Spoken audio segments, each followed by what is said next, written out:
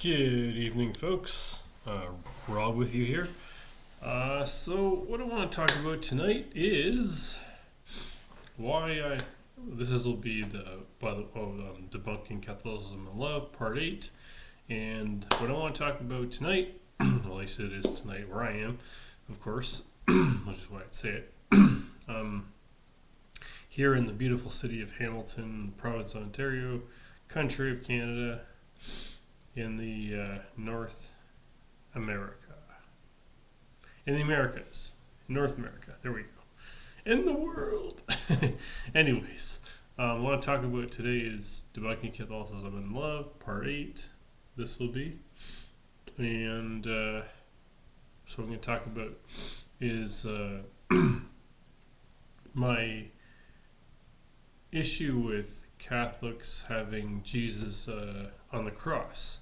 Now, of course, I know that Catholics know that Jesus isn't on the cross and that he is in heaven, but Catholics live as though Jesus is still on the cross.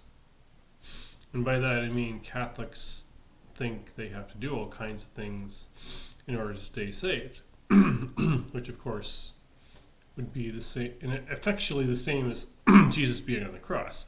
If Jesus being on the cross, then, well, your salvation is in vain. But that is essentially the truth of Catholicism. They live as though their faith is in vain. If you're a true Catholic, I mean true Catholic in the sense like, you believe the Rosary, Mary was a perpetual virgin, Mary never sinned, you pray to Mary, pray to saints, you believe the Pope, you believe in papal infallibility, you do indulgences, you believe in purgatory. So, if you believe in all of those doctrines, I have news for you. You're not a Christian. You're not a Christian, you're a heretic. And you're mocking the very sacrifice that Jesus gave his life for. And I say that in sincerity and I say that in love. But if you believe all of those things, all those Catholic doctrines I mentioned, like purgatory, indulgences, sinlessness of Mary, perpetual virginity of Mary, usury, rosary, papal infallibility, you're not a Christian. You're not a Christian. Now, I can't say that any more clearly and lovingly than that. You're not a Christian if you believe those things. That's not what Christ is about. Now, and I also believe if you actually read the Bible and pray for the Holy Spirit to illuminate your understanding of the Bible, you'll see those scales, spiritual scales, fall away, and you'll see in crystal clarity just how anti-biblical, idolatrous, it's what I call, it's an unholy trinity of idolatry, blasphemy, and heresy. That's the Catholic Church. No, it's not. The problem with the Catholic Church is it has some truth, like, it believes in, they believe like the stories in the Bible, like you and I would. They believe that the Trinity. They believe in Jesus being God and the Son of God. So those are all, of course, good things. But where they go off the rails is the other stuff. And as the Gospel of John, as Jesus and others have said, like, what business does light have to do with darkness, right? So the problem is with Catholicism, it marries lightness and dark. And, well, what did Jesus say about, to use the analogy of a little yeast, right? Leavens the whole bread. Well, that's the problem with false doctrine. It corrupts everything. Corrupts everything.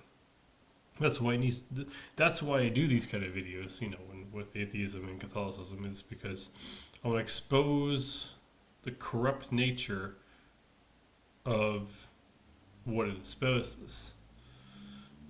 So, I'm not going to make this a long video, because it's simple. Christ isn't on the cross. So if you're going to have a cross necklace, don't have Jesus on it. Because he's not on the cross. He's a resurrected Lord of life, and he reigns at the right hand of the Father, and he will return to judge living and the dead. So, let's stop this nonsense of putting Jesus on the cross. Because we're talking about symbolically, right? And again, I know that symbolically it's representing the death of Christ, sacrifice of Christ. But the sacrifice of Christ doesn't mean anything if he didn't rise from the dead. Which, of course, he did. Which Catholics believe.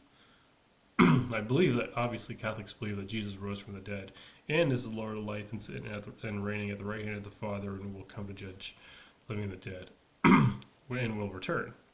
Catholics believe all that. Of this, I have no doubt. But it does bug me greatly that Catholics have that Jesus on their thing. And I've even I used to work with a Catholic in Toronto that said to me once that Jesus is still suffering because of us, because of our sin. And it caught me off guard. But I wish I'd responded differently. At the time, yeah, I wasn't in a good space, and I didn't respond well to that. To this day, I don't know why, but I actually agreed with him. I don't know why I did that. I wasn't in a good space then either. But anyways. But a lot of people have asked me here and there about things in the Bible. I'm not preachy at work either. I talk a lot on my YouTube channel about Jesus, but that's because it's my YouTube channel. But in real life, I'm just a normal person. I don't talk about Jesus all the time. I talk about the things that everyone talks about. Family, relationships, finances. Just the regular things in life. If I'm at work, we're talking about work stuff, asking about work-related stuff. And at work, sometimes there's opportunity to talk about your personal life, but for the most part, it's like, hey, can you get that bin? Can you help me with this? I'm going to grab this from the back. It's like, it's work-related communication. I'm at work to work, and the majority of my communication at work is going to be revolving around that. Now, there are times, opportunities here and there to talk about again work-related issues, but for the most part, it's going to be about work. And every once in a while, I've asked the odd Catholic about Catholics. See, if you ask, the other thing is too, asking questions is a better way to approach it. Obviously on these YouTube videos, I'm not asking questions. But if I was gonna ask a Catholic a question, I would still be obviously forthright and truthful, but so if I asked a Catholic in person, I would probably ask, how do you square Mary being sinless with Romans 3:23 and 1 John 1:8, and just see what they say. Simple as that. All right. So let's just leave it at that. Let's not have Jesus on the cross anymore. Peace out, Brother Rob.